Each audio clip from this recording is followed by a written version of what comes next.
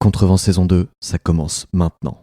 Et en fait, ça s'est fait très, très, très facilement. Et d'ailleurs, aujourd'hui, moi, je conseille toutes les boîtes early stage à aller chercher entre 60 et 100 000 sur une banque parce que ça reste assez facile et tu vois, t'as zéro contrepartie. Nous, à l'époque, on était au RSA, tous les trois. Et on a réussi à lever sans garantie, sans rien, si tu veux. Donc, tout est faisable. Hein. Et on a levé sur du web scrapping. Enfin, voilà, il n'y a pas d'excuse pour ne pas le faire ou pour ne pas y arriver, je pense.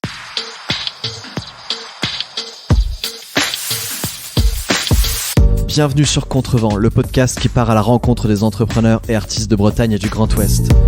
Je suis Simon Lefebvre, cofondateur de Moon Moon, collectif spécialisé en développement d'e-commerce Shopify sur Nantes, Rennes, Brest et Caen. Contactez-moi sur simon@moon-moon.fr si vous souhaitez plus d'informations. Avec Contrevent, je souhaite vous faire découvrir les personnes inspirantes qui nous entourent et ont décidé de créer des entreprises et des projets incroyables dans notre si dynamique et belle région de France.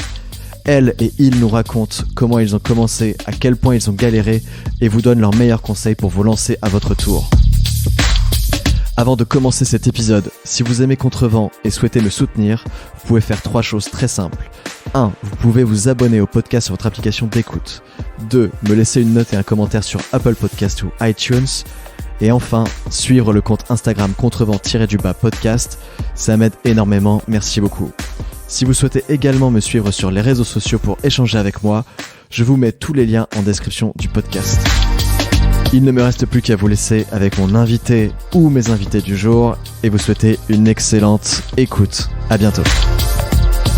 C'était vraiment Startup Nation Seed, ça, machin, etc. On va mettre du cash, on va mettre du machin. Et puis, ils te mettaient aussi à coup de diversité. Macron, tu vois, il avait tout un discours là-dessus et ça m'a vraiment saoulé. Parce que du coup, je connaissais vraiment l'envers du décor. Entre guillemets, un peu la réalité. Et la réalité, c'est juste que c'est que des jeunes blancs CSP++, 25-40 ans qui font des boîtes et qui réussissent dans les boîtes, qui lèvent des fonds, et etc. Et ça m'avait vraiment gonflé, tu vois. Et j'avais écrit ce truc-là en me disant, mais de toute façon, je suis un peu toujours dans ce cas-là. J'en ai rien à foutre. Je vais dire ce que je pense, et puis les gens le prendront comme ils veulent. Le pire, c'est les gens qui te disent, mais les gars, arrêtez, vous faites n'importe quoi. Mais les gars, rejoignez une startup qui marche et tout. Et ça, aujourd'hui, ces gens-là, de toute façon, je pouvais déjà pas les piffer avant. Alors là, du coup, aujourd'hui, c'est voilà. Mais franchement, faut pas lâcher, quoi. Faut pas lâcher parce que nous, en vrai, on n'a pas lâché. On n'a pas lâché parce qu'on savait qu'on avait la team et qu'on finirait par y arriver, en fait. Et tu vois, ces mecs-là, ces boîtes-là, au final, elles sont toutes mortes. Elles ont toutes craché. Et nous, on est encore là. Donc, je me dis, faut pas vraiment écouter tout le monde n'importe quand et faut réussir à rester quand même vachement optimiste. Oui, Guillaume.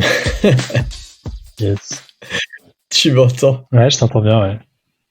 Oh là là, quel enfer. Bon, je me suis connecté avec mon téléphone. Je partageais 4G, là, ça y est, j'ai réussi finalement. Je pense que ça va être beaucoup mieux. Inch'Allah, comme on dit.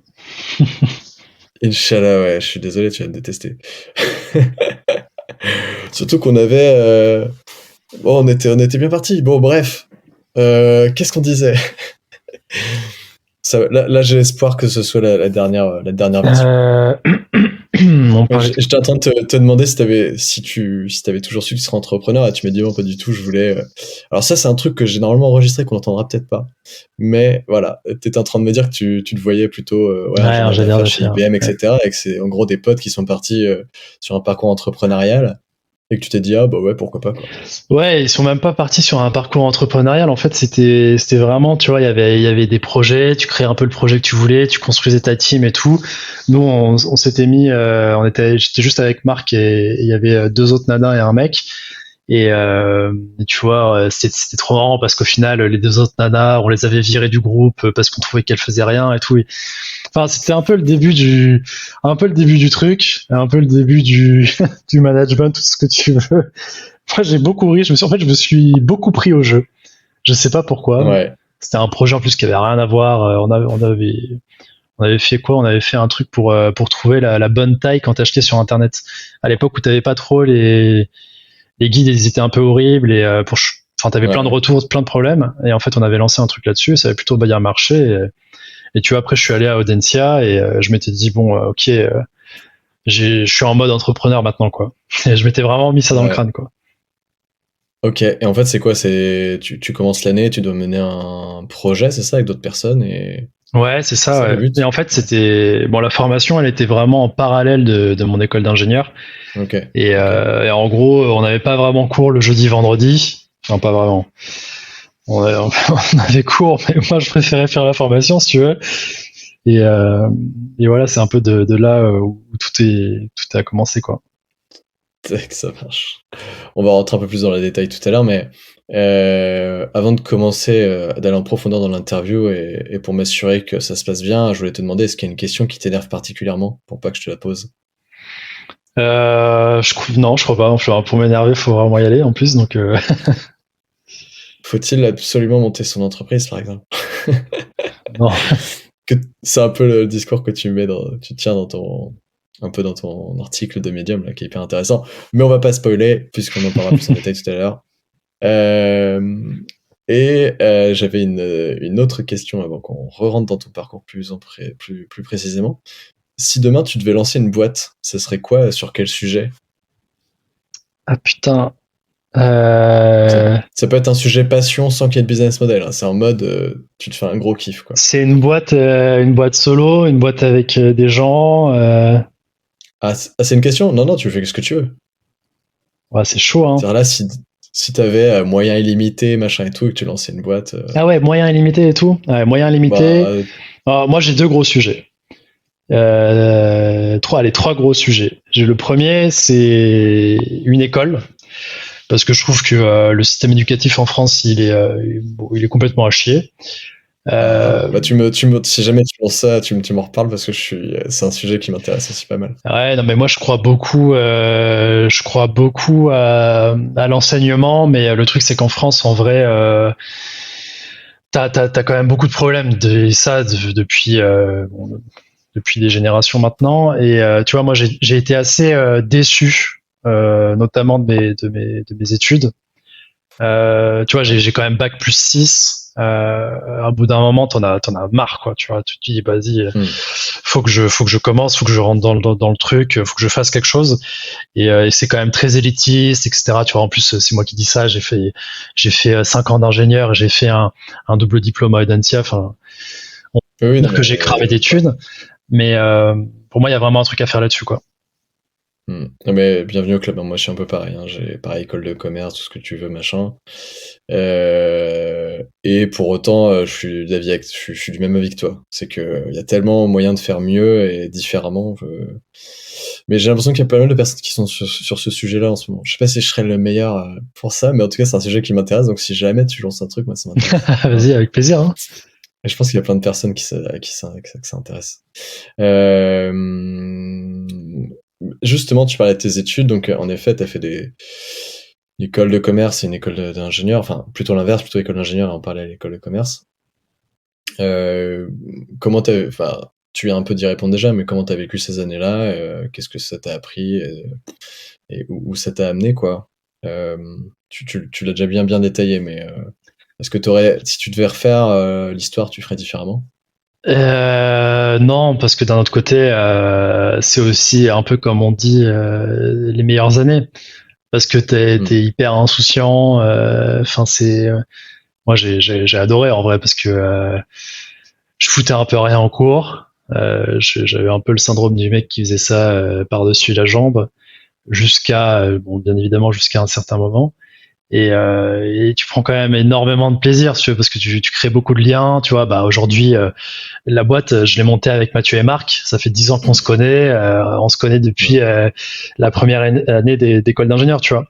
Donc d'un autre côté, j'aurais pas monté ma boîte et j'aurais pas fait tout ce que j'ai fait aujourd'hui si j'étais pas passé par là. Donc en vrai, peut-être le seul truc que je changerais, c'est que j'aurais tenté plutôt une aventure en mode entrepreneur, ou en tout cas j'aurais tenté de faire du freelance ou des trucs comme ça beaucoup plus tôt.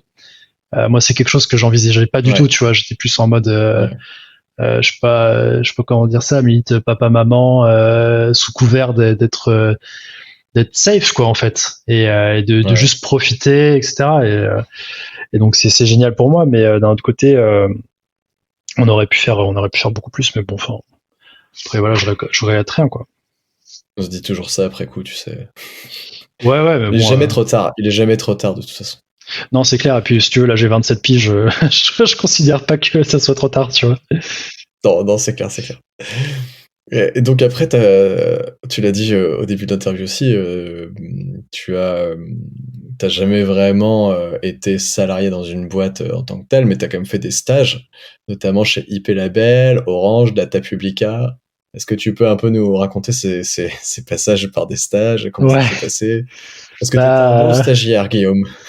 Ouais, franchement, j'étais un très comment on dit entrepreneur. Pas entrepreneur, mais en fait, je me mets toujours à fond dans tout ce que je fais. Donc, forcément, ça marche plutôt bien en général.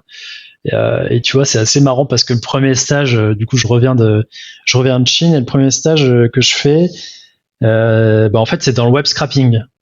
À l'époque, je savais pas du tout que c'était le web scrapping. Moi, j'appelais ça de l'automatisation, des tests automatisés, je sais pas quoi.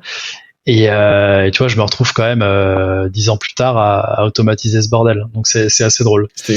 C'était quoi? C'était dans quelle boîte? C'était Data Publica, c'est ça? IP Label. Non, IP Label? Ouais. Et vous scrapiez quoi comme données? En fait, on scrapait pas vraiment. Si tu veux, on utilisait les mêmes techniques. Mais ça reste de l'automatisation. En gros, on crée des scénarios pour valider que des sites tombaient pas en raid. Je me souviens, à l'époque, c'était sur Voyage SNCF, par exemple, c'était un de leurs gros clients. Et on faisait des scénarios pour vérifier que les temps de réponse étaient bons, etc. Tu vois, c'est assimilé en gros à la technique de scrapping, mais c'est pas du tout la même chose que ce qu'on fait aujourd'hui. Mais c'est marrant que je retombe de 10 ans derrière dessus, quoi. C'était pas du tout voulu. Ouais. Après Orange, j'ai fait ça parce que je voulais en fait, je savais que je voulais toujours faire un truc un peu moitié vente, moitié ingénierie. C'est mon côté geek et mon côté, je pense un peu qui a besoin de relationnel. Et du coup, je m'étais dit bon, je vais faire conseiller de vente chez Orange. Et alors là, j'ai pas été déçu. J'ai pas du tout été déçu parce que comment dire ça. T'as quand même beaucoup de cassos qui viennent te pomper tes journées et te prendre vraiment pour une merde. Parce que t'étais en magasin, c'est ça? J'étais en magasin et en frontline, vraiment à l'accueil, à faire les dispatchs sur les gens, le SAV, le machin, le truc, à faire du conseil quand je pouvais, parce que je pouvais pas vraiment faire de vente, j'étais pas habilité. Mais c'est moi qui prenais tout dans la gueule, si tu veux. Et c'est là où je me suis dit, putain, mais jamais je ferai un truc pareil, quoi. C'est horrible. Faut être trop fort pour faire ça. Ceux qui travaillent chez Orange en magasin, on vous soutient. Non, mais c'est pas toujours comme ça non plus, hein, mais moi j'ai trouvé ça assez dur, ouais. Ouais, non, mais ça m'étonne pas. Pour avoir fait un peu de magasin aussi dans une autre vie, c'est pas facile. Et après, Data Publica, c'était vraiment un stage ou c'était plutôt un... Ouais, c'était vraiment un stage. Abandonné. Non, ça m'a vraiment mis, pour le coup, ça m'a vraiment mis dans le côté, encore plus le côté web scrapping et encore plus le côté tech. Je suis arrivé, en fait, à la base, je devais faire un stage technique. Et je leur avais dit que je voulais toucher un peu au marketing, et c'était à l'époque où en fait le gros hacking commençait vraiment à prendre. On est en 2015. En France, il n'y avait pas grand-chose à l'époque. Et Data Publica, c'est une boîte très très tech. D'ailleurs, aujourd'hui, ça s'appelle Ceradar et ils se sont fait racheter par SideTrade. Et en fait, juste 2 jours avant le début du stage, ils me font, mais en fait, tu vas pas faire un stage technique, tu vas faire un stage de gros hacker. Moi, j'étais hyper emballé, tu vois. Et en fait, c'est vraiment là que ça veut dire, mais je suis chaud. De ouf. Et ils savaient pas non plus. Ils savaient pas non plus en fait ce que c'était. Et à l'époque, je bossais avec Benjamin et qui lui était pas du tout tech. Et c'était très très drôle de faire tous ces petits tests, de chercher. Moi, je me suis énormément documenté. J'ai énormément appris en vrai pendant ce stage. C'était 3 mois, mais ça m'a vraiment posé les bases, quoi. Ok. Et c'est une boîte qui est sur Paris ou sur Nantes? Ouais, ils sont sur Paris, mais maintenant c'est SideTrade, quoi. Ça n'existe plus du tout. Data Publica, c'est un petit peu connu dans le monde de la recherche parce qu'ils ont beaucoup de liens avec l'INRIA, mais sinon c'est plus, ça n'existe plus, quoi. Ok, ça marche. Et du coup, après, t'as enchaîné avec Captain Data. Est-ce que tu peux nous raconter un peu la naissance de l'idée? Quand est-ce que vraiment vous vous êtes dit, allez, on se lance sur ce truc-là? Après, tu m'as dit que l'idée a un peu évolué dans le temps. Ouais. C'est ce que je trouve très cool en fait. Tu te souviens du jour précis où tu t'es dit, allez, c'est parti, quoi. Genre, plus machine arrière, quoi. Ouais, c'était en gros. On a essayé beaucoup de choses en 2017. En fait, on a commencé notre stage de fin d'études en 2017 en février. Et à l'époque, on faisait de la on essayait de faire de la mise en relation entre des grands comptes et des startups, ce qu'on appelle l'open innovation. Et nous, en gros, on avait fait une base de données, on avait scrappé, on avait fait une base de données de startups et on essayait de la vendre. Bref, on a galéré pendant 1 an à essayer de vendre ce truc-là. Et en 2018, on s'est créé en mode agence de service. Et c'est pour ça qu'en fait, on s'appelle Captain Data parce qu'en fait, tu peux tout rentrer en Captain Data. Et on savait qu'en fait, on aimait bien faire un peu de la data. Et on s'est dit, bon, au cas où, Captain Data, c'est assez générique, ça passera. Et du coup, on a fait beaucoup de choses différentes. On a fait des applications mobiles, des sites web, etc. Et un jour, il y a un de nos anciens concurrents, donc sur le marché de l'open innovation, qui vient nous voir, ou je sais plus, on le croise à un petit déjeuner, et il nous dit, putain, moi je galère en data, etc. Je sais pas comment faire. Et on lui dit, mais mec, t'inquiète, on a une application qui va te faire ça, tu vas voir, c'est trop bien et tout. Et à l'époque, on n'avait rien en fait, mais on avait vraiment rien. Et donc ça a été donc c'est vraiment, vous êtes dit, allez, on ment au mec sur le coup, quoi. Allez, il a l'air d'être chaud, il a des Bah, c'était à l'époque où, en gros, nous, on marchait beaucoup à The Family, tu sais, aux vidéos The Family, Oussama qui t'explique fake it until you make it. Et on n'avait jamais, en fait, compris comment ça marchait. Et moi, ça me hantait parce qu'on était là, mais on avait un peu le syndrome de l'ingénieur à créer des produits, à jamais vendre rien du tout. Et là, ce jour-là, ça a shifté. On a vraiment vendu un truc qu'on n'avait pas. Mais tu vois, on l'a développé, la première version du truc, c'est moi qui l'ai fait en 20 jours, top chrono, c'était livré, ça marchait bien et ça ressemblait à rien, si tu veux, c'était un peu une boîte noire et il y avait juste une API derrière et ça ressemblait à rien. Et on a continué à faire plein d'autres choses à côté et en fait, c'est en août, donc 2018, juillet-août 2018, où on a close pour le coup un grand compte et on faisait beaucoup trop de choses en parallèle. Et du coup, j'ai dit aux gars, ok les mecs, là, c'est plus possible, on a trop de choses, on peut pas y arriver. À un moment donné, on s'est dit qu'on voulait faire un produit. Du coup, moi, je vous propose qu'on arrête tout ce qu'on fait et on se concentre uniquement sur le scrapping. Et c'est de là que c'est parti, quoi. Après, clairement, c'était pas du tout, tu vois, ce qu'est Captain aujourd'hui. C'était une version ultra simpliste, zéro innovation, rien du tout. Mais fallait commencer quelque part, quoi. Et je sais pas pourquoi j'ai ça en tête, mais est-ce que vous êtes passé par MyAmateur? Ouais, carrément. Ok. Est-ce que tu peux nous expliquer ce que c'est MyAmateur et dans quel contexte vous l'avez fait, et qu'est-ce que vous en avez appris et comment vous êtes ressorti de là? Maya, c'est une initiative de Nantes et de Saint-Nazaire. Donc c'est subventionné. C'est surtout subventionné. Il y avait d'ailleurs quelques investisseurs privés. Et en gros, le deal, c'était de se dire, on prend surtout des étudiants et on a un programme sur 3 ans. Première année, t'es 4 mois logé, nourri. À l'époque, c'était dans une caserne, la caserne Bellinet à Nantes. Ouais. Et tu développes ton idée.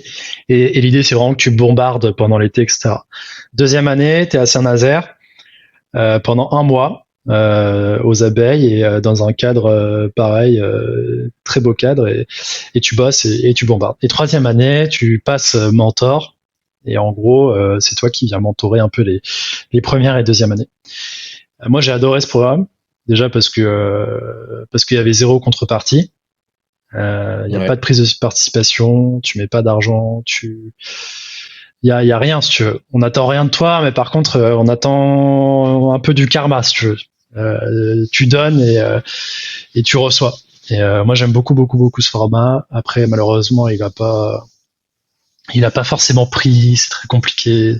Ça coûte de l'argent. Ça va être relancé d'après les informations que j'ai. Ouais, d'après les informations que j'ai aussi, mais bon, je sais pas ce que ça donnera. Franchement, je crois beaucoup au programme. Après, c'est très compliqué parce que sur des étudiants, je sais jamais ce que ça peut donner. Tu vois, nous, on était un peu la première vraie promo et au final, il y a un peu que nous en startup qui avait émergé, restent, même qui restent dans le game et qui restent en vie, quoi. Donc, et même des startups, tu vois, Fitly qui faisait les tickets resto du sport, qui avait aussi levé de l'argent. Avec le Covid, ça les a complètement tués. D'ailleurs, on a recruté Sébastien. Coucou Sébastien. Mais mais je savais même pas qu'il était chez vous parce que il est passé par une autre boîte entre temps. Ouais, par Open Datasoft, ouais. Ah voilà, c'est pour ça. Bon, j'ai pas suivi. Bon, Sébastien, si tu nous écoutes, tu arrêtes de changer de boîte tous les 3 mois maintenant. Voilà, je pense qu'il est très bien chez nous. Mais non, du coup, ouais, Maya très très bien. Et puis, tu vois, c'est aussi à Maya qu'on a rencontré Oussama, qui nous a fait rentrer dans The Family. Et c'était un peu aussi le début du vrai business pour nous. En fait, ça nous a pas apporté directement, ça nous a beaucoup apporté indirectement et par la volonté des choses, quoi. Mais c'est un peu comme tout, hein. Et parce que, en fait, je savais pas, tu vois, j'ai mal fait mes recherches, mais vous êtes une des boîtes de The Family. On est un peu, effectivement, on est clairement une des boîtes de The Family. Okay. Ça fait 2 ans et demi, là. Ok. Et ça s'est passé comment? C'est justement Oussama qui est intervenu dans le cadre de Mayamater et tu l'as rencontré Ouais, c'est pour vous accompagner. C'est Quentin Adam qui a créé un peu Mayamater avec la team à Nantes, et en fait Quentin est aussi une des premières boîtes qui est rentrée à TF à l'époque. Pour rappel, Quentin qui bosse chez Clever Cloud. Qui est passé dans Contrevent, donc les gens savent qui c'est, je pense. Et de toute façon, sur Nantes, c'est difficile de passer à côté de Quentin.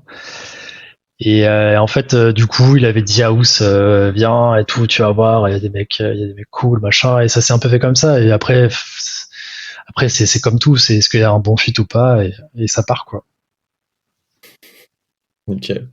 Et alors ton équipe, je voulais parler un petit peu de ton équipe, mais tu m'as dit comment tu les avais rencontrés. Il y a un de tes cofondateurs que tu as rencontré en école d'ingénieur. Les deux. Les deux, d'accord, donc les deux. Donc toute l'équipe a été rencontrée comme ça, ok. Et après, les employés que vous avez fait rentrer, ça s'est fait comment? Vous êtes combien aujourd'hui dans l'équipe? Aujourd'hui, on est une petite dizaine. On a le premier employé qu'on a recruté, Gaël, ça s'est fait complètement par hasard. En fait, ça s'est fait d'ailleurs sur le Slack de la cantine, si je dis pas de conneries. Il y avait une boîte qui s'appelait Valou qui faisait de l'extraction de données, des produits, de l'extraction de produits sur des sites comme Fnac, etc., qui en fait venait de se casser la gueule. Et il y a quelqu'un de chez Valou qui avait justement partagé le CV de Gaël, et puis moi j'y suis allé en mode j'étais même pas sûr à l'époque de recruter, mais je m'étais vraiment dit putain, il nous faut quelqu'un, il nous faut un dev en scrap là parce que ça va plus du tout. Et du coup ça s'est fait comme ça, et en fait il est arrivé pile au moment, en gros il est arrivé en juillet 2019, et en août nous on déménageait de Nantes, tu vois, on partait pour Paris. Ok. D'ailleurs, je saute sur l'occasion pour en parler parce que je compte en parler, mais qu'est-ce qui a fait la décision de passer de Nantes à Paris comme ça? C'est une décision plutôt perso, pas forcément de mon perso à moi entre guillemets, mais si tu veux, ça faisait 3 ans qu'on était sur Nantes. Moi je kiffe Nantes, j'y retourne régulièrement pour voir des potes. Mais on n'avait pas forcément d'attache particulière, tu vois. Et puis on avait fini entre guillemets un peu tout ce qu'on avait à faire à Nantes, et on avait déjà fait tous les bars, donc bon. Oula, on connaît très très bien le warehouse et tout ça, mais bon, bref. Et en fait, il se trouve que Mathieu avait sa copine à Paris, Marc commençait à avoir des petits trucs sympathiques aussi. Et en fait, on a vu aussi que le business n'était pas du tout le même.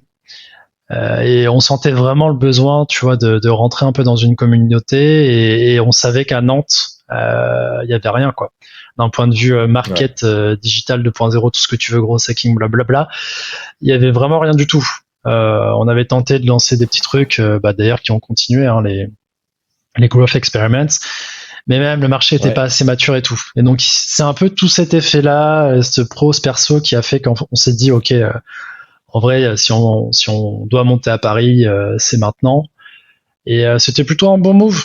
Franchement, je le regrette pas du tout. Ça nous a beaucoup servi. Ouais, ça vous permet de rencontrer des clients plus facilement. moins de temps, il y a plus de grosses boîtes qui peuvent potentiellement vous rapporter des plus gros contrats, quoi. Ouais, et puis surtout, à l'époque, tu vois, on n'avait pas encore énormément de clients et puis ça se faisait beaucoup bouche à oreille. Et j'allais quand même déj pas mal avec nos clients, et c'est comme ça aussi que ça a pris, quoi. Que la sauce a pris directement. On s'est fait recommander à droite à gauche, on a montré nos têtes et c'est du networking basique, quoi, mais ça marche quand même très très bien, quoi. Ça, c'était une de mes questions, justement. Comment vous êtes allé chercher vos premiers clients? C'est une question un peu bête, mais en effet, vous avez l'idée de ce produit-là. Bon, on a compris qu'il a évolué dans le temps, mais ouais, comment vous avez réussi à aller chercher vos 2, 3, 4, 5 premiers clients et... Les 10 premiers clients, c'est du cold. Quoi. Non, c'est du cold email. Okay. On a fait les sagouins, donc on a ça pris fonctionne. mais c'est pas que ça fonctionne, c'est que ça reste un des meilleurs moyens aujourd'hui. Si tu sais bien le faire, pour moi, ça reste un des meilleurs moyens pour acquérir des clients. Hein. C'est pas cher, ça scale, c'est quand même hyper efficace. Et puis à l'époque, tu vois, et on a toujours d'ailleurs le même discours. Pour nous, c'était simple, c'était salut, je t'ai trouvé grâce à Captain Data, tu veux pas automatiser ta génération de leads? Ouais, c'était assez simple. C'est vous qui écriviez ça? En gros, ouais. Enfin, je te la fais court, mais en gros, ouais. C'est intéressant.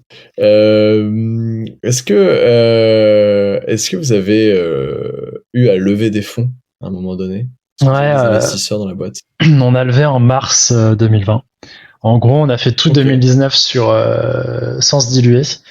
On est allé chercher un prêt bancaire à la BNP, on a fait un prêt initiative Nantes, on a fait la bourse French Tech. Et en fait, ça nous a permis d'accumuler plus de 100 000 euros et ça nous a bien fait tenir. Et en gros, moi, j'ai toujours un peu l'objectif, si tu veux, de viser le point mort et de me dire, ok, si tu fais pas de dépenses en plus, dans 3 mois, t'es au point mort et du coup ça va. Et en fait, on s'est retrouvé en mars un peu dans cette situation-là, enfin même un petit peu avant du coup. Et on s'est dit, non, franchement, ce serait cool de lever. On a les KPI, on a tout qui est ouvert.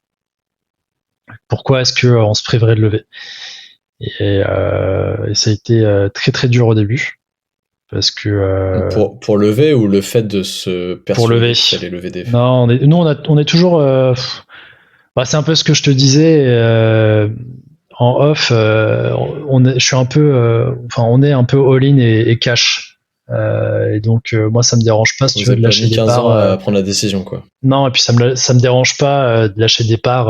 Enfin il y a l'adage un peu classique, ça sert à rien d'avoir 100% d'une boîte qui vaut rien et tu connais la suite. Donc moi ça me dérangeait pas du tout. Après on a fait l'erreur de commencer par parler avec des VC. Donc ça early stage avec très peu de revenus, avec un produit dégueulasse, tout ce que tu veux. J'ai perdu beaucoup de temps, j'ai perdu 2 mois à peu près, tu vois, à essayer de lever avec des VC. Et quand on a levé avec des business angels, on a levé en 2 semaines, quoi. Donc, ok, et question qui peut intéresser, je pense, des gens, comment vous avez trouvé ces business angels? C'est dans votre entourage? Donne leur numéro, on va les appeler. Ah, mais c'est encore le karma, parce qu'en fait, si tu veux, on a bougé à Paris, du coup en septembre 2019, et on avait des potes de The Family qui étaient dans des bureaux. Et on a dit, vous avez chopé où vos bureaux? Ah, ici, machin, ok. Du coup, on a rencontré les personnes qui louaient les bureaux. Et en fait, ces personnes-là investissaient aussi dans des boîtes. Et voilà, c'était fini. En fait, on les avait déjà, nos investisseurs, tu vois, depuis. On le savait que ça pourrait potentiellement matcher. On a préféré jouer à un autre jeu. Et en gros, ils ont commit la plus grosse partie du tour. Et après, une fois que c'était fait, c'était fini, quoi. Ok. Et je reviens un peu en arrière aussi sur une chose que tu as dite et qui peut intéresser aussi, je pense, les gens. Tu disais que vous avez fait des prêts, prêts auprès de la ville de Nantes, etc., jusqu'à 100 000 euros. Tu as besoin de faire un retour sur ces sous-là, entre guillemets? Genre, tu peux en faire ce que tu veux. La question est très directe. Merci. En fait, ouais, clairement. Faut que tu leur montres quand même, j'imagine, des chiffres. Non, mais attends, c'est comment dire? Nous, on a levé avec la BNP. On a eu, en fait, c'était assez facile parce que j'ai très bien situé dans quelle case il fallait qu'on se mette. Et en fait, c'était assez facile aussi parce qu'on avait déjà du chiffre d'affaires. Donc en gros, je suis arrivé, j'ai dit ok, on a du chiffre d'affaires, on sait à peu près où on va. Je vous ai fait un business plan qui a été validé par un expert comptable, ce que vous voulez, nanana. Et en fait, ça s'est fait très très très facilement. Et d'ailleurs aujourd'hui, moi, je conseille toutes les boîtes early stage d'aller chercher entre 60 et 100 000 sur une banque parce que ça reste assez facile et tu vois, t'as zéro contrepartie. Nous à l'époque, on était au RSA tous les trois. Et on a réussi à lever sans garantie, sans rien, si tu veux. Donc, tout est faisable. Hein. Et on a levé sur du web scrapping. Enfin, voilà, il n'y a pas d'excuse pour ne pas le faire ou pour ne pas y arriver, je pense. Demain, il y a je sais pas combien de personnes qui vont aller à la banque demander 100 000 euros à la BNP. Mais je comprends pas, je suis au RSA pourtant. C'est les conditions pour avoir le prêt. Mais non, mais franchement, ça vaut vraiment le coup. Et en fait, après, avec des effets de levier, tu capitalises vite à plus de 100 000 euros. Et en vrai, 100 000 euros, tu vois, tu fais quand même pas mal de choses avec 100 000 euros. Ça marche. Est-ce qu'il y a un moment, enfin, est-ce que tu te rappelles du moment où tu t'es dit, en fait, ce qu'on fait, ça intéresse et ça va vraiment marcher, c'est-à-dire qu'on va réussir à scaler, etc. Tu vois, ce moment entre on sait pas trop ce qu'on fait, on sait pas trop si ça marchait, et le moment où tu dis ok, ça va marcher. Ouais. C'est pas évident. Moi, je suis très optimiste. Et je pense qu'on se serait pas lancé là-dedans si dès le début on n'avait pas capté ça. Je connais quand même énormément le marché du SaaS parce que ça fait depuis 7 ans que je fais énormément de veille. J'ai essayé des centaines de SaaS et du coup je connais quand même beaucoup de choses d'un point de vue market, etc. Et je savais qu'il y avait vraiment quelque chose à faire. Il y avait quelque chose à industrialiser, il y avait quelque chose à vendre, mais ouais, je pense que c'est vraiment le moment où on s'est dit ok, on se focus là-dessus, on fait que ça. Tu vois, il n'y a pas de. Et après, ça s'est construit autour et toujours aujourd'hui, on se cherche un petit peu et tout, mais en vrai, le business model pour moi, il était assez clair, quoi. Et à l'inverse, est-ce qu'il y a un moment où toi ou tes cofondateurs d'ailleurs, vous avez voulu abandonner? Ouais. C'était la période la plus difficile. C'était la période. C'était à peu près entre vraiment novembre 2017 et novembre 2018. Parce qu'en fait, quand t'es paumé et que les gens voient que t'as quand même des compétences et que tu vois, tu dégages un petit peu une espèce d'aura parce qu'on a quand même souvent la pêche, machin, etc. Et il y a le cerveau qui chauffe. 150 fois, c'est ça. On a essayé de se faire recruter 150 fois, mais à la rigueur, ça, tu vois, ça va, ça flatte l'estime. Mais le pire, c'est les gens qui te disent, mais les gars, arrêtez, vous faites n'importe quoi. Mais les gars, rejoignez une startup qui marche et tout. Et ça, aujourd'hui, ces gens-là, de toute façon, je pouvais déjà pas les piffer avant. Alors là, du coup, aujourd'hui, c'est voilà. Mais franchement, faut pas lâcher, quoi. Faut pas lâcher parce que nous, en vrai, on n'a pas lâché. On n'a pas lâché parce qu'on savait qu'on avait la team et qu'on finirait par y arriver, en fait. Et tu vois, ces mecs-là, ces boîtes-là, au final, elles sont toutes mortes. Elles ont toutes craché. Et nous, on est encore là. Donc, je me dis, faut pas vraiment écouter tout le monde n'importe quand et faut réussir à rester quand même vachement optimiste, quoi. Est-ce que c'est cette espèce de sentiment justement vers ces personnes-là qui t'a fait écrire l'article que t'as fait sur Medium? Parce que ce que tu viens de dire, tu le répètes notamment dans cet article-là. Alors, fait à un moment donné, vous faisiez pas un chiffre d'affaires de ouf, mais que l'équipe elle était tellement bonne que t'étais sûr que ça allait fonctionner d'une façon ou d'une autre avec une équipe comme ça, tu vois. Ouais, parce que tu le vois. Tu vois, moi, une des plus grosses, comment on appelle ça, raisons d'échec des startups aujourd'hui, c'est, je crois, à 50 ou 60% la team. Et en fait, je sais pertinemment que la team chez nous, elle cassera jamais. Donc en fait, moi, je le vois dans le sens où déjà, on s'enlève énormément de problèmes et on augmente énormément nos chances de réussite. Et pour moi, la team, elle fait tout. La team fondatrice va tout faire. Enfin, d'un point de vue motivation, optimisme, tout ce que tu veux. Ouais. C'est quand même ça qui drive le truc, tu vois. Enfin, d'un autre côté, tu peux avoir 3 boîtes qui vont faire exactement la même chose. Bah, la team fondatrice va totalement changer la face de la boîte, Ah ouais, que ce soit au niveau de la culture, de l'exécution, de tout ce que tu veux. Et d'ailleurs, c'est pour ça que je dis à tout le monde vraiment faire. Arrêtez de croire qu'on va voler votre idée ou quoi, parce que c'est en vrai, on s'en fout, quoi. Enfin, j'ai toujours trouvé ça génial. Mais moi, j'étais pareil à un moment donné. Hein. Tu sais, quand j'avais des petits projets startup, là, il y a 6-7 ans, j'étais là. Enfin, non, il y a plus longtemps que ça, je pense. Ou pareil, je me disais ça, non, je veux pas te dire et tout. Puis j'ai très vite compris que ça servait ça à sert rien. à rien. Et le truc de l'équipe, c'est pareil, je l'ai compris depuis qu'on a créé Moon Moon, où je dis, ah, ok, en fait, là, on est hyper complémentaires et tout, tu vois. Donc, mais en fait, tu le sais quand tu l'as, en fait. Et c'est pour ça que je comprends ce que tu dis quand tu dis, bah, moi je savais de toute façon que c'était bon, tu vois, que l'équipe elle était bonne et que j'avais pas de doute Ouais, et là-dessus. puis en plus, Et c'est clairement mes meilleurs potes, tu vois. On a passé 3 ans, on était à Nantes, mais une des raisons aussi pour laquelle on est parti, c'était qu'on était en coloc. Tu vois.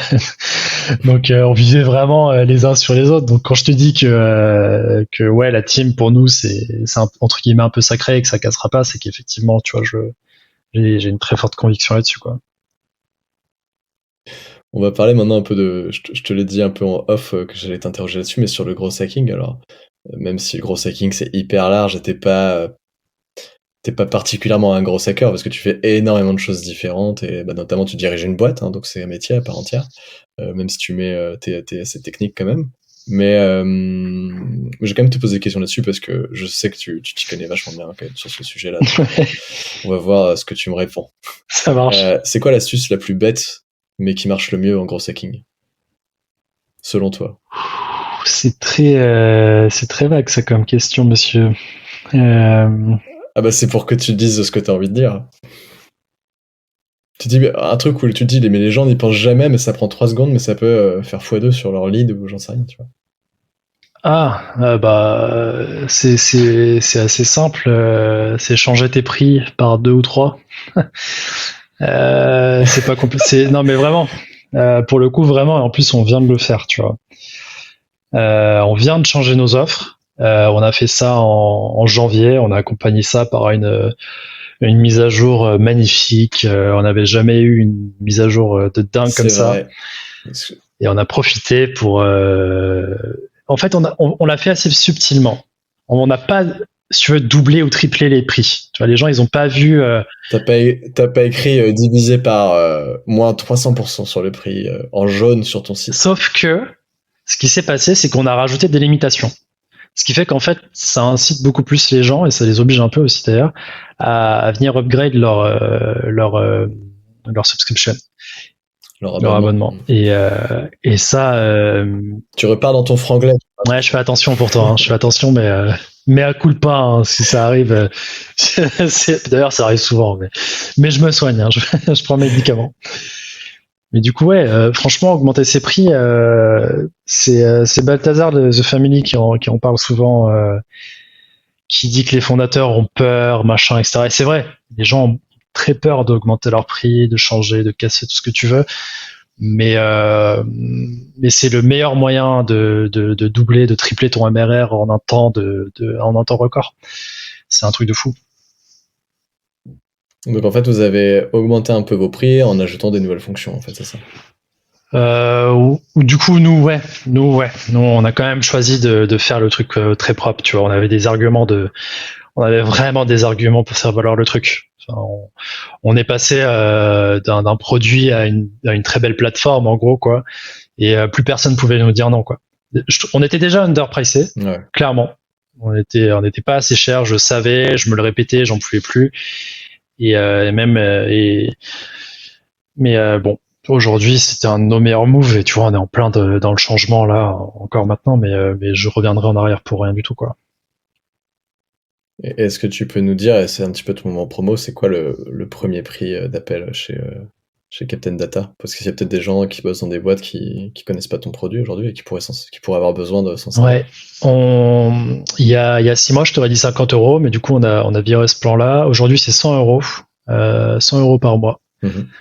Et ce qui reste raisonnable pour une boîte qui tourne bien, qui a des moyens, c'est pas non plus. Carrément, mais carrément en plus. Enfin, si tu veux, le retour sur investissement, il est instantané, si tu veux. Enfin, Et nous, on le met très très bien en valeur. Si tu veux, encore une fois, on automatise ce que tu fais manuellement. Il y a des mecs qui passent leur journée à faire du sourcing ou ce que tu veux, avec de la data de merde, tout ce que tu veux. C'est le calcul il est vite fait. Enfin, tu t'économises, je sais pas, 10 heures par semaine sur un sales que tu vas payer 40 ou 50 k à l'année. Enfin, et tu multiplies ça par le nombre de sales, par les marketeurs, tout ce que tu veux. Bon, c'est vite vu. Les gens trouvent toujours que c'est cher, mais bon, enfin, après voilà. Moi, j'ai arrêté de batailler avec ça. De toute façon, notre discours aujourd'hui, il est simple. T'as le budget ou t'as pas le budget. C'est pas compliqué. Ouais, non, mais t'as raison. De toute façon, ton produit, il est bon pour avoir un peu étudié le truc, il est cool. Donc, franchement, en effet, vous avez gagné du temps. C'est-à-dire que il suffit de comparer ces 100 € par mois à combien coûte une heure d'un employé quelconque. Tu vois. Clairement. Et puis ça, c'est quelconque, c'est pas dire, voilà, c'est juste, on prend n'importe qui. Mais voilà.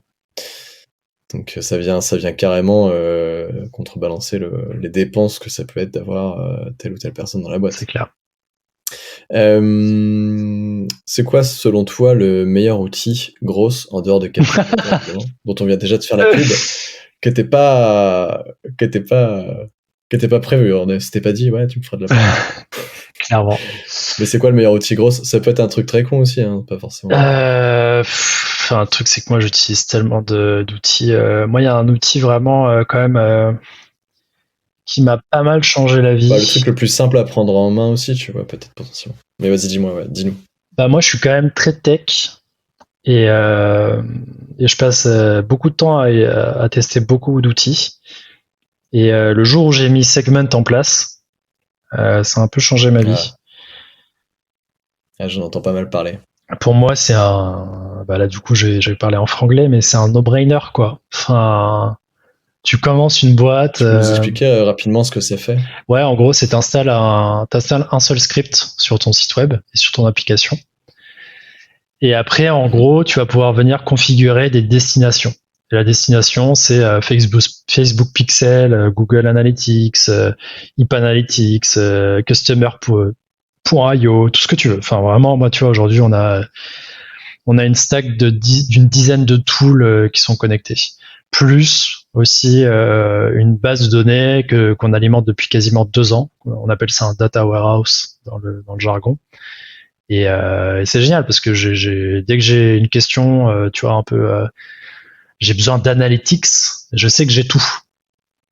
Et ça nous a énormément aidé à nous structurer, quoi. Ça te permet de faire de l'analytics sur plein de données qui sont remontées par des pixels ou des tags X ou Y de telle ou telle application, mais à un seul endroit, en fait. Et ça te permet de faire des liens entre eux. C'est ça, ouais. Et surtout, plus que ça nous a permis de nous structurer énormément. Parce que une des choses que Segment font très très bien, c'est l'académie Segment, et il t'explique en fait comment créer ton tracking, ton plan de tracking.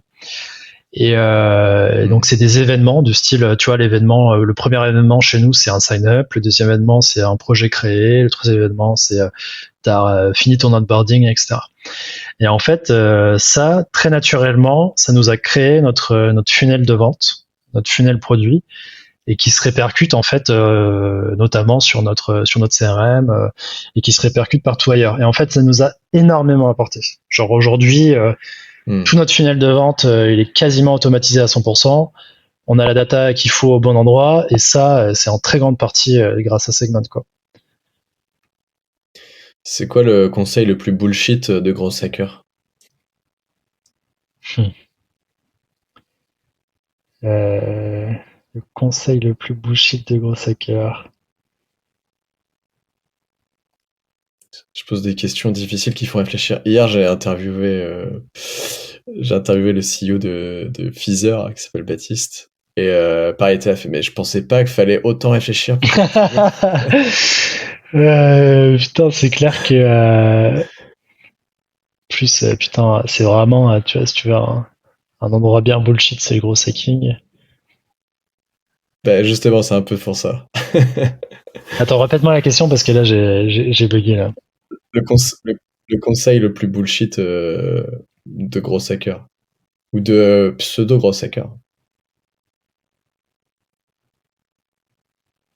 Je pense que c'est investir de l'argent sans avoir validé. C'est très. On a tendance à beaucoup rush en gros hacking, du style. Ouais. T'as l'impression que t'as craqué le truc, alors pas du tout.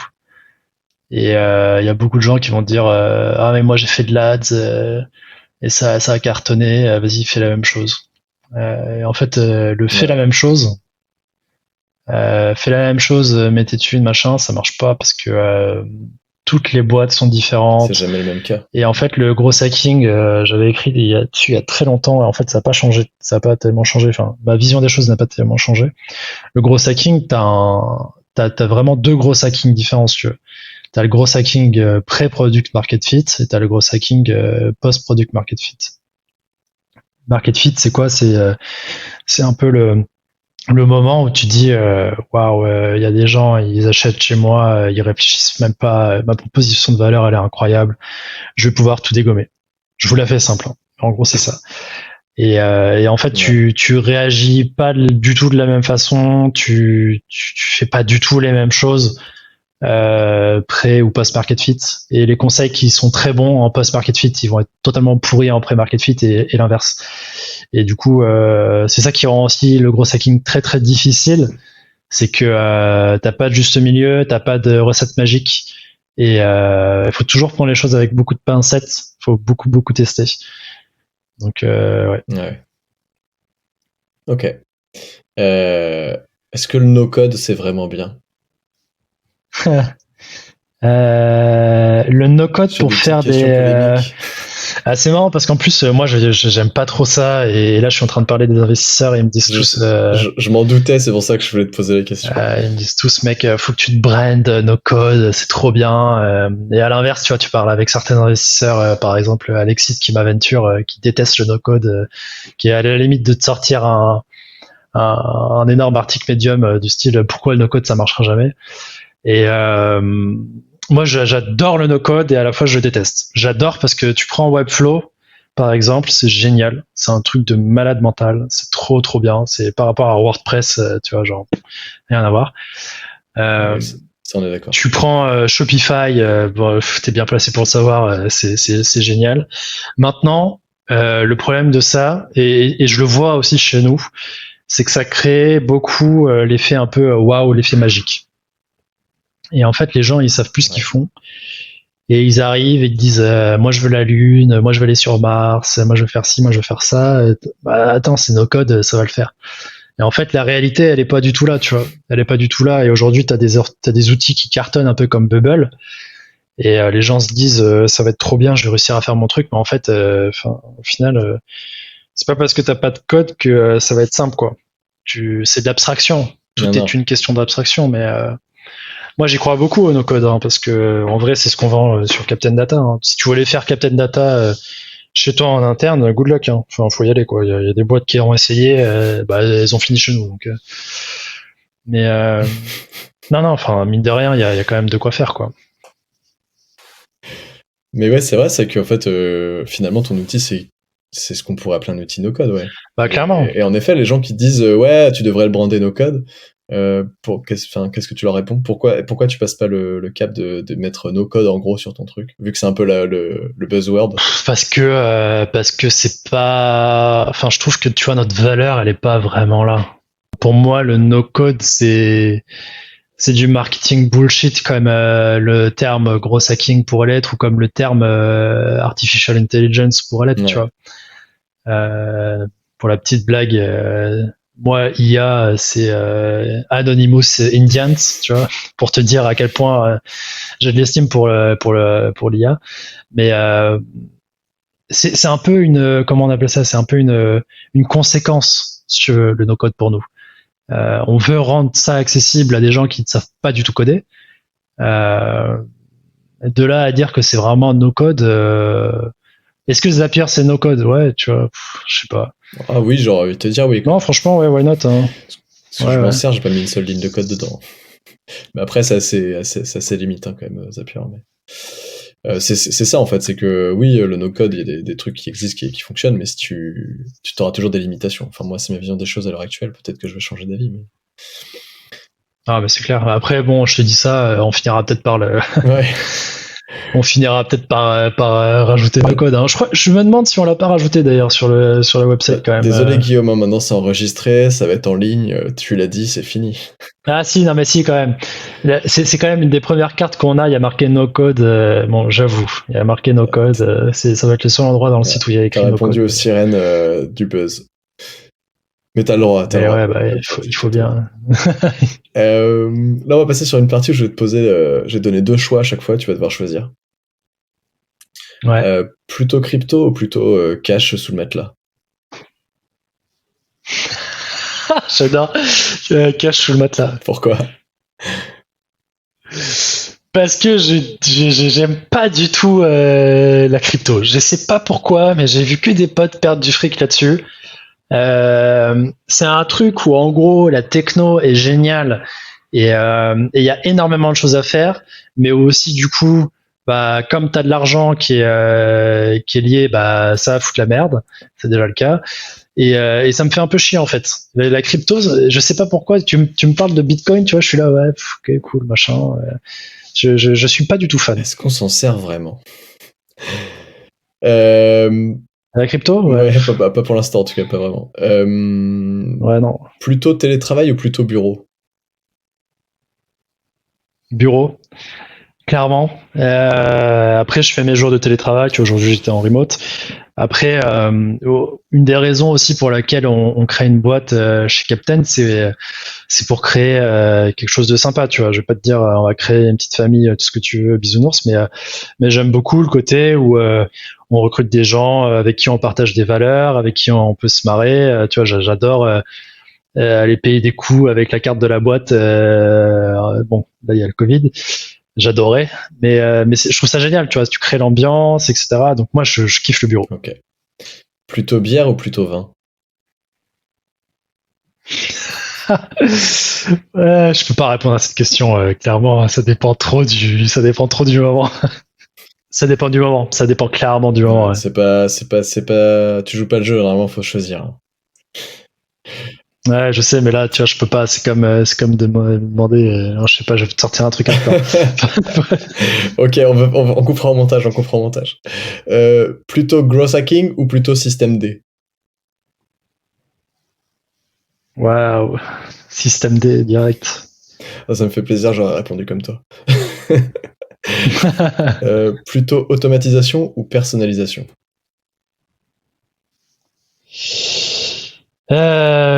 Putain, c'est une question piège. Je vais dire automatisation.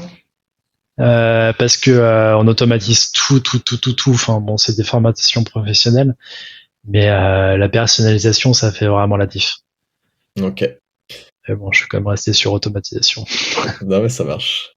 Là maintenant, on va justement parler un petit peu de l'article que tu as écrit sur Medium, que je l'ai lu il y a une demi-heure avant de commencer l'interview.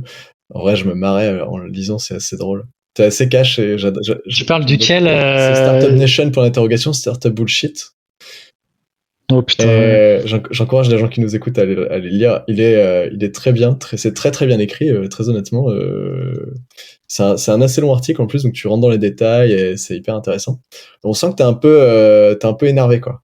Mais pour autant, les arguments, je les trouve vraiment bien. Et voilà, l'idée, c'était un peu de savoir un peu dans quel contexte tu avais écrit ça.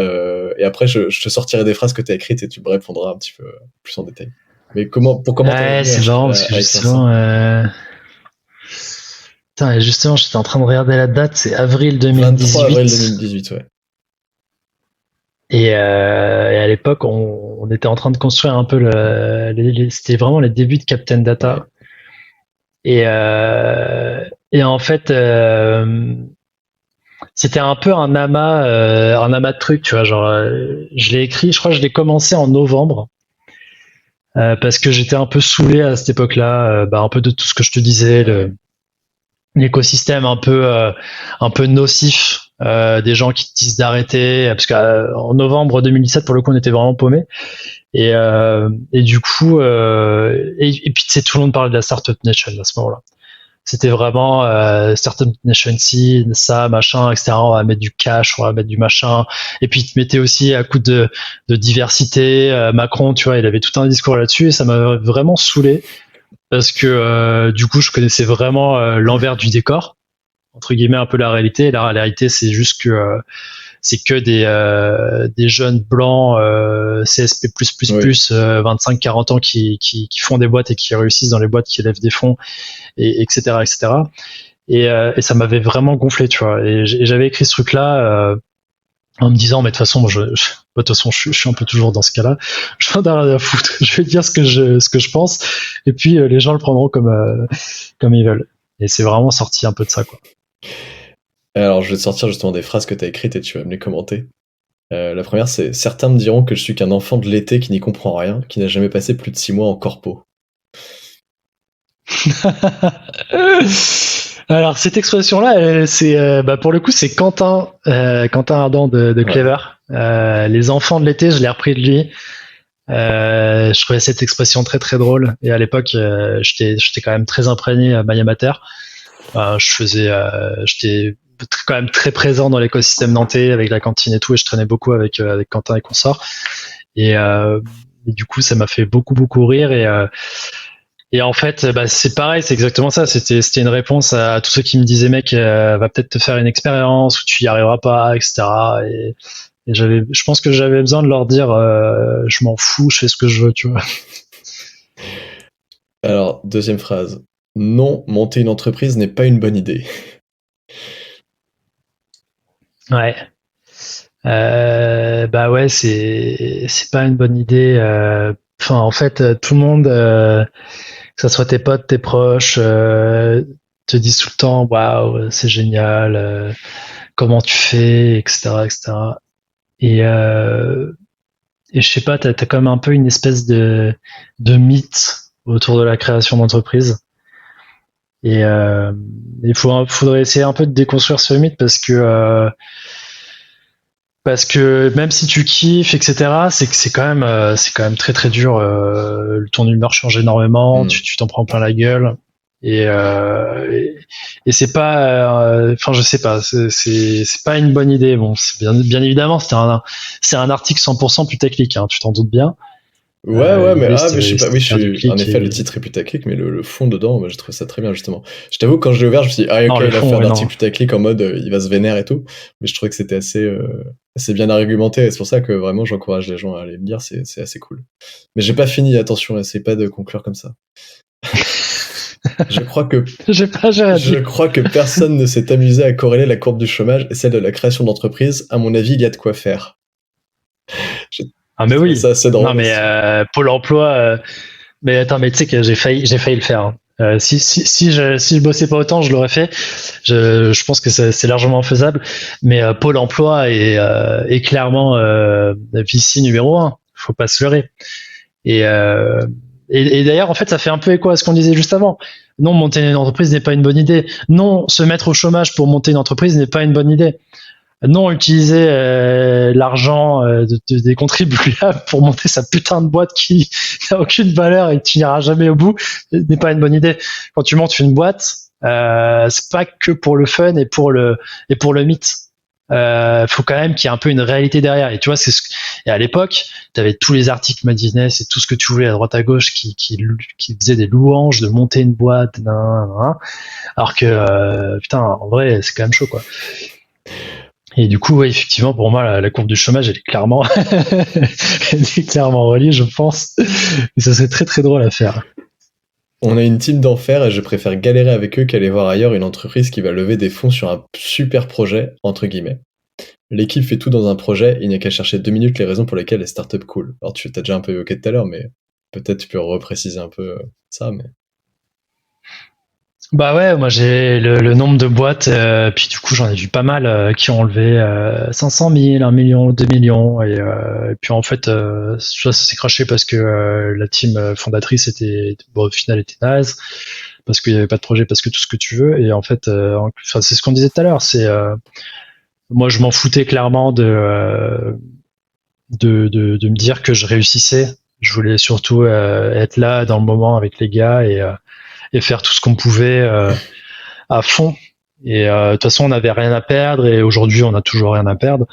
Et c'est aussi ce côté-là que j'aime beaucoup. Alors oui, j'aurais pas de chômage si ça foire, mais entre guillemets, pareil, je m'en fous un peu. Alors attention, ça c'est un long passage, mais il fallait que je mette tout pour que ça ait du sens. Si vous n'y connaissez rien, vous allez faire des erreurs classiques, recruter des stagiaires, moins de 2 mois, sinon il faut les payer. Rédiger des statuts, c'est votre avocat qui va être content. Et si vous avez du capital, vous allez rapidement faire un cahier des charges pour votre application sans tester le marché. Tout va pour le mieux dans le meilleur des mondes, mais bon, vous n'avez toujours rien fait. C'est vrai que je m'étais assez amusé sur cet article. Bah, franchement, il est très drôle. Ouais, j'ai beaucoup ri à le lire. Bah, mais parce que c'est exactement ce qui se passe, tu vois. Très sarcastique. Tu regardes toutes les startups early stage. Le premier truc qu'elles font, c'est recruter des stagiaires en se disant, je vais les charger à bloc et ça va rien me coûter. Et moi, déjà, en tant que, tu vois, jeune, on va dire, ça me saoule parce que c'est réduire un état de merde. Et putain, recruter des gens, quoi. Faites les choses bien. Les stagiaires, c'est pas ça qui va vous faire grandir et etc. Alors oui, il en faut des stagiaires, clairement. Ouais. Maintenant, avoir une armée de stagiaires, les boîtes qui font ça, moi, ça m'énerve. Et rédiger les statuts, c'est la pire connerie parce que ça sert à rien. Parce que de toute façon, tant que t'as pas vendu quelque chose, ça sert à rien. D'accord. Nous, on a facturé quoi? On a facturé pendant 4 mois, on a facturé sans avoir de statut et sans être créé. Donc bon, tu vois, t'as de la marge. Ouais. Et mais pour puis alors ça. Pour rebondir sur le truc des stagiaires, j'ai la chance de voir assez régulièrement les gens de chez Crisp, Antoine, Baptiste et Valérian notamment. Et Baptiste, je disais mais putain, ils sont très peu et ils font quand même pas mal de. Enfin la boîte elle fonctionne bien, tu vois. Ouais. Et je disais mais pourquoi vous recrutez pas plus de devs et tout, parce qu'à mon avis vous pourriez choper des devs très bons et tout. Il fait mais en fait je vais pas me faire chier à avoir une armée de devs qui va faire en 2 semaines un truc que je peux faire en 1 heure. Donc, en fait, en plus, il va falloir que je lui explique, etc. Donc, c'était assez marrant. Et ce truc du stagiaire, ça fait un peu penser à ça, parce que les boîtes qui recrutent des stagiaires qui restent que 2 mois, en fait, tu perds tellement plus de temps à leur expliquer des trucs. Enfin, je suis pas là pour faire offense aux stagiaires, hein, mais c'est vrai qu'il y a un petit peu ce côté-là, quoi. Non, et puis c'est valorisant pour personne. Après, il en faut, hein. Moi je dis pas que. Non, bien sûr. Nous, on n'en prend pas. Non, bien sûr, tout dépend du contexte et des besoins, etc. Tu vois, mais faut pas se dire, puisqu'on va prendre 150 stagiaires, on va scaler fois 150, tu vois, c'est pas comme ça que ça se passe. Ouais, mais des stagiaires ou des employés d'ailleurs, parce qu'il faut toujours les former, etc. Donc, faut toujours bien réfléchir avant de faire ça. C'est pas seulement une personne qui, d'un coup, va prendre des tâches en main, quoi. Il y a tout un onboarding à faire. C'est clair, net. J'ai bientôt fini l'interview, mais avant j'ai 2 petites questions très simples. C'est quoi ton meilleur souvenir et ton pire souvenir dans toute ton aventure entrepreneuriale? Oh la vache. Peut-être qu'il y a t'aurais dû me les envoyer avant ces trucs là. Non mais qu'il y a aucun bon souvenir. Il y a eu en fait le truc c'est que entre guillemets tu t'en rends même plus compte. Nous on fête assez peu nos victoires et tout, mais au jour le jour c'est incroyable. Mais nos meilleurs souvenirs, parce que je pense que célébrer sa victoire c'est hyper important. Je dis pas que je non plus, hein, mais je pense que c'est peut-être en septembre, en septembre 2019 quand on est arrivé sur Paris. Et à l'époque, on était toujours chez The Family. Et on avait fait un week-end de 3 jours. Comment ça s'appelle dans le sud là? Une retraite. Dans le sud-ouest, une retraite, ouais, un peu comme ça, avec énormément de gens, plein de boîtes, etc. Et là, c'était vraiment, c'était assez incroyable parce que nous, on commençait vraiment à décoller. Il y avait quasiment pas un peu de période de gros doutes comme tu peux avoir très très souvent en startup. Pour nous, c'était un peu un renouveau, tu vois. C'était on va tout défoncer, ça va être génial, et puis on s'éclatait, etc. Et je pense que c'était une des meilleures périodes qu'on a eues jusqu'ici.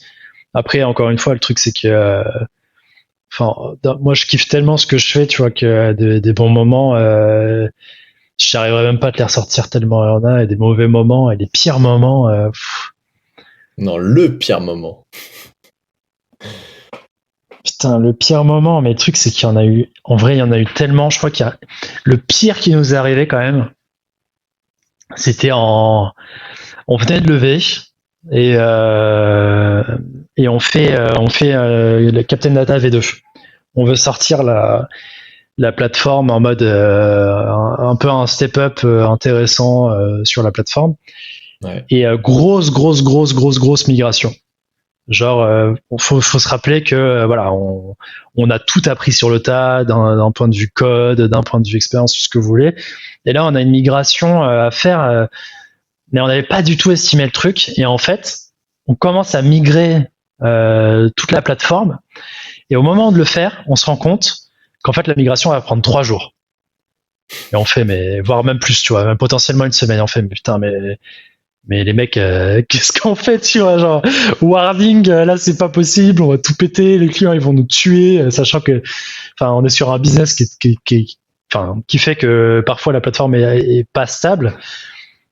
Et là, putain, je peux te dire qu'on s'en est mordu les doigts. Et là, on a travaillé tout le week-end. Je disais qu'on travaillait jamais le week-end, mais là, du coup, on a travaillé tout le week-end pour trouver la solution et finalement déployer le truc. Mais je crois que ça, c'est des grosses causes de stress chez nous, les déploiements, parce qu'on déploie très souvent. Et là, putain, je peux te dire, on faisait pas les fiers, quoi. Et vous avez déployé en plusieurs sections, j'imagine, pour pas que ça prenne autant de temps. Ouais, du coup, ouais, tout à fait, ouais. On a vu le truc, on a découpé, on a supprimé énormément de choses et tout, mais c'était, ça pour le coup, ça fait vraiment partie des apprentissages, de manière générale dans une boîte, quoi.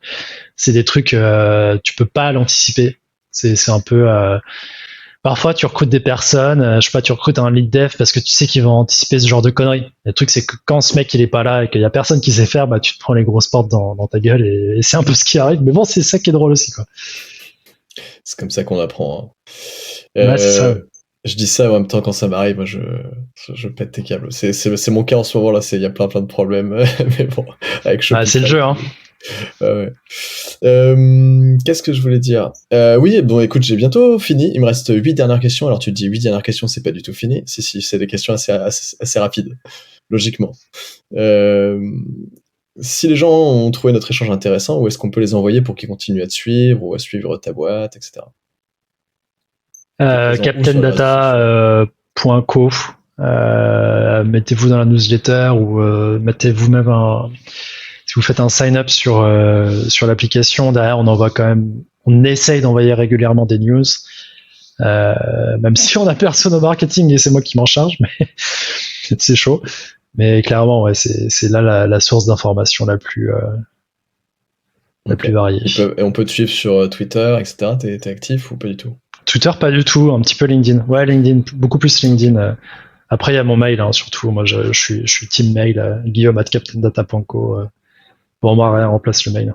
Ça marche pas, tu me diras si t'as reçu des mails de personnes qui ont écouté. Si j'étais journaliste et que je te demande c'est quoi ton actu, tu me réponds quoi? Pro ou perso? Comme tu veux, tu peux me faire les deux si tu veux. Je rigole. Mon actu, alors attends, vas-y, précise la question parce que là j'ai du mal. Là. Bah, qu'est-ce que tu fais en ce moment? C'est quoi le truc, l'événement du moment pro à la base? Mais si tu veux me dire un truc perso, vas-y. Hein, non, non, ça ira. Tu vas m'annoncer que tu vas te marier et tout. Oula, on en est très loin. Mais non, moi là, je fais, justement, je suis un peu. C'est ce qui est aussi très compliqué dans le job de CEO avec mon pendant très tech, c'est que mes journées changent beaucoup. Et là, tu vois, je suis en train d'essayer de fiabiliser la plateforme, faire en sorte qu'il y ait le moins de bugs possible. Et c'est un vrai défi, quoi. C'est à se tirer les cheveux et j'y passe mes journées. Après, on discutait en off. J'aimerais bien faire une académie, un peu une université sur l'automation et tout. Ouais. Travail de titan, mais ouais, enfin c'est un peu mes gros sujets quoi en ce moment. Ah ouais, sujet qu'on partage. Troisième question, c'est quoi l'outil qui te fait gagner le plus de temps au quotidien? Je serais partagé entre Notion et Slack. Ah. Je crois Notion en vrai quand même. Ouais, c'est ouf. Nous aussi on a commencé à bien s'en servir là. Mais Notion, nous ça fait 3 ans qu'on est dessus et c'est justement je m'étais étonné la dernière fois que j'ai regardé. Mais c'est incroyable, hein. Moi, je peux plus travailler sans, hein. C'est un truc de fou. C'est quoi ton rêve?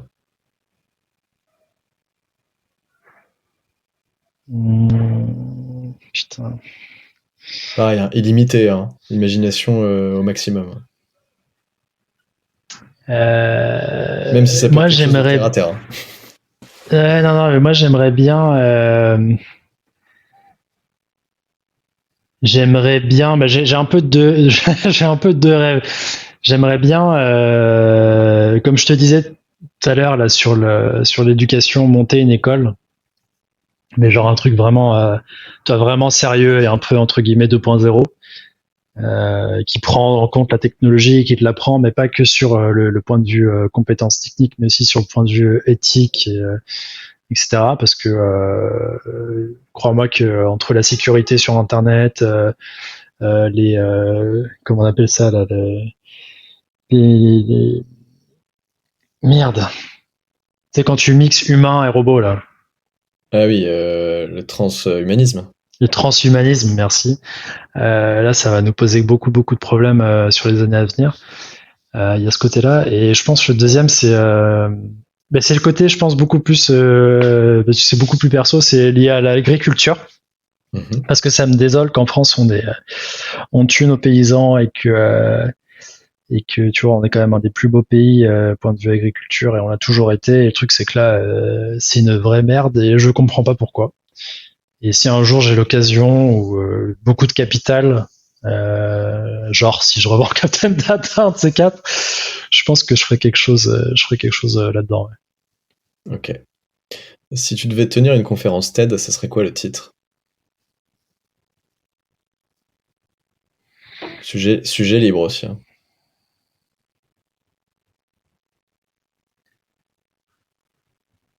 Comment passer de Captain Data à fermier? Non, mais c'est chaud, hein. Je pense peut-être comment vivre de sa passion. Okay. C'est assez large, mais je pense qu'il y a un truc qui me définit pas mal aujourd'hui et que les gens comprennent pas forcément, c'est que je suis en kiff. ça fait très stéréotypé et très jeune, entre guillemets, de dire ça, mais j'aime beaucoup ce que je fais parce que c'est très créatif, ça a remplacé beaucoup de choses. Toi, par exemple, avant, je jouais beaucoup aux jeux vidéo, là, je préfère coder. Enfin, c'est assez marrant, mais peut-être ça, ouais. Ok. Qui me recommandes-tu d'inviter sur ce podcast? C'est censé être quand même des entrepreneurs de l'Ouest, attention, hein. Ouais. Mais surtout qu'en plus j'avais regardé un petit peu. Là, t'as déjà interviewé pas mal de. Ouais, c'est vrai que c'est de moins en moins facile. Là, la réponse que tu me donnes, je l'ai de plus en plus maintenant. C'est bah ouais, mais t'as déjà interviewé tout le monde. Ah, j'aurais dû regarder, mais du coup, un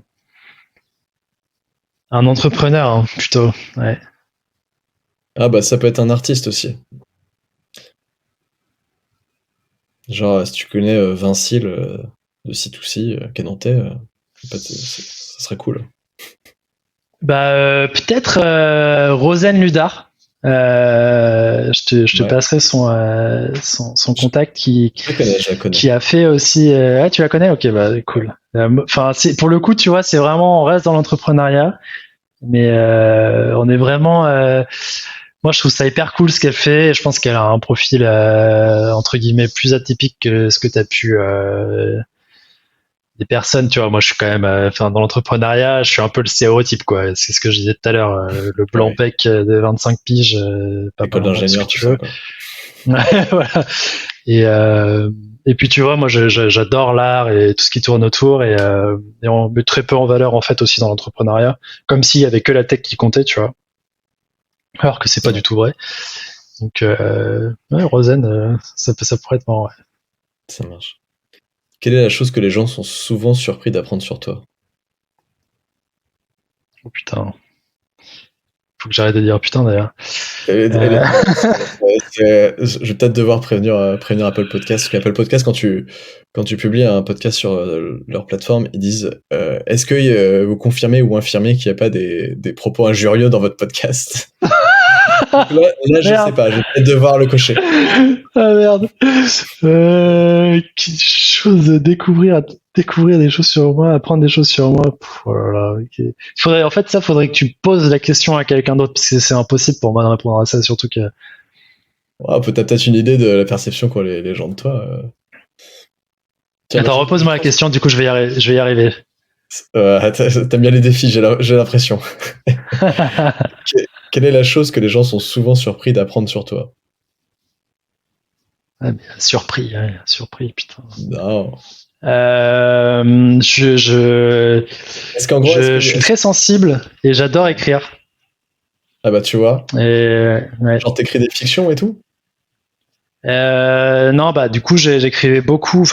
J'écrivais des articles de blog un peu comme le truc dont on a parlé tout à l'heure. J'écrivais un peu sur Captain. Et là récemment, je me suis mis à écrire des trucs beaucoup plus orientés poèmes, textes, etc. En fait, je trouve ça génial. J'ai toujours adoré écrire. Et c'est vrai que tu vois, t'as le mec un peu entrepreneur, bourrin sur les bords, tout ce que tu veux, et du coup, les gens aussi se créent l'image qu'ils veulent. Et puis c'est aussi moi, bien évidemment, qui crée un peu cette image, mais non, ouais, c'est ce côté-là, je pense. Ah bah tu vois, c'est exactement le genre de réponse lesquelles je m'attendais. Enfin, je savais pas que t'écrivais, mais c'est exactement pour ça que je voulais poser cette question, donc c'est cool. Et d'ailleurs, ça se ressent en vrai quand j'ai lu ton article Medium, ça s'est vachement ressenti que t'écris vachement bien. Et en le lisant, je me suis dit, putain, l'enfoiré, il écrit bien, tu vois. Je me suis dit, ah merde, j'étais un peu jaloux, tu vois. Donc, ouais, en toute transparence, là, ma hantise ces derniers mois, c'est de pas avoir le temps justement d'écrire. Puis j'ai une mine de contenu, si tu veux. Enfin, en plus, j'adore partager en plus tous ces trucs-là, et là, ça me tue de pas avoir le temps de faire tout ça, quoi. Ça marche. Et ma toute dernière question, et après je te libérerai, tu pourras passer une soirée peinard.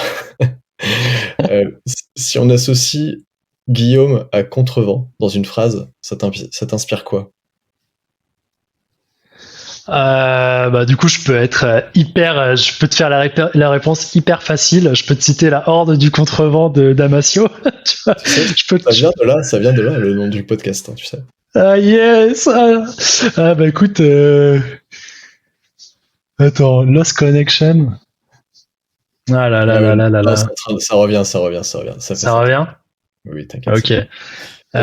Moi, je suis un énorme fan de Damasio. Tu vois, je suis en train de lire Les Furtifs. Je suis quasi fini là. Mais je sais pas ce qui s'est passé, mais il est partout sur YouTube en ce moment. Il se fait interviewer par tout le monde. Tu sais, il est passé sur les merde, comment ça s'appelle, les petites chaînes YouTube qui buzzent là. Il se fait la revue de presse d'Alain Damasio. Il est dans une librairie, il monte des bouquins et tout là. Mais c'est parce qu'il est pas présent sur le net. C'est pour ça, il est pas sur Twitter, il est nulle part. Bah, bien évidemment, tu te doutes bien que le mec. Justement, il est à fond sur YouTube. Il se fait interviewer de tous les sens. Ouais, il se fait interviewer, mais tu vois, il a pas de chaîne et tout. Mais du coup, je pense que c'est aussi pour ça, les gens ont envie de le connaître plus, de le mettre en valeur, etc. Moi, j'adore le travail qu'il fait. C'est incroyable. Ouais. C'est genre, ça me donne envie de faire une révolution, tu vois. Genre. Mais, ouais. Mais je sais pas si t'avais écouté son interview de Thinkerview. Non, c'est pas du tout. Thinkerview, la chaîne YouTube. C'est aussi un podcast qui est incroyable. Vous avez le droit d'aller écouter le podcast Thinkerview si vous restez abonné au podcast Contrevent. Mais ce podcast est incroyable. Enfin, c'est vraiment, c'est peut-être mon préféré. Il est fou. Et il y a Alain Damasio qui est notamment interviewé dans un des derniers épisodes. Et je pense que tu vas adorer. Mais c'est pareil, c'est à la fois un peu déprimant et à la fois en effet un peu révoltant, mais c'est une révolution assez douce. Hein, c'est pas non plus un vénère, hein, le Alain Damasio. C'est pas non plus un vénère, il a les pieds sur terre. Hein, non, oui, justement. Et j'en profite puisque tu évoques le sujet. Tu connais le feat qu'il a fait avec Ron, le mec qui fait de l'électro là? Mais pas du tout. Sérieux? Tu vois qui c'est, Ron? Ouais, bien sûr. Ouais. Moi, je suis un grand fan. Ron, Bora Vocal. Et moi, en fait, c'est comme ça que j'ai connu Alain Damasio. Via Ron. C'est comme ça que j'ai connu la Horde du Contrevent. Ah ouais. Oh là là, bah attends, je vais regarder ça absolument, ça va être génial. Attends, on va se dire au revoir dans le podcast avant. Non, mais bien sûr, mais là juste après, là, Toi, t'es parti. Bon, bah, Guillaume, salut. Hein. T'as pas vraiment répondu à la question qui était, du coup, si on associe ton prénom avec le mot contrevent, est-ce que ça t'inspire? Est-ce que ça te fait plaisir? Ou est-ce que tu dis, ouais, en fait, je suis pas contrevent? Ou je sais même pas, quelle définition t'en fais aussi? Ah, moi, je suis 100%, je suis 100% contrevent. Je vais te dire, une des raisons pour laquelle aussi je pense que j'ai créé ma boîte, c'est que j'ai jamais aimé être mis dans une case. J'ai jamais, tu vois, tout ce qu'on me dit de faire, j'aime pas trop le faire. Je préfère essayer moi-même. Je suis un peu j'aimais bien donner l'image où tu sais quand t'es gosse, on te file un jeu où tu dois mettre des triangles dans des triangles, dans des trous de triangles et des carrés dans des trous de carrés. Et moi je galérais à ce jeu parce que je voulais toujours faire rentrer le carré dans le triangle ou inversement. Et il fallait vraiment que je comprenne de moi-même pourquoi est-ce que ça rentrait pas dedans. Et du coup, je pouvais pas vraiment suivre ce qu'on me disait, tu vois. J'étais obligé de tester, de machin. Et c'est pour ça que j'adore aussi l'entrepreneuriat, tu vois. C'est qu'il y a pas de conseil ultime ou quoi. Et donc, moi, être associé avec Contrevent, pas de problème. De toute façon, j'assume tout ce que je dis, même si je dis beaucoup de conneries, mais ouais. Du coup, c'est bon, je regrette pas de t'avoir invité dans le podcast. Bonne réponse. Magnifique. tu corresponds bien. Bah écoute, merci beaucoup d'avoir participé à ce podcast. Je dis ça comme si j'étais à la télé. Je sais pas pourquoi. Je suis parti dans un délire.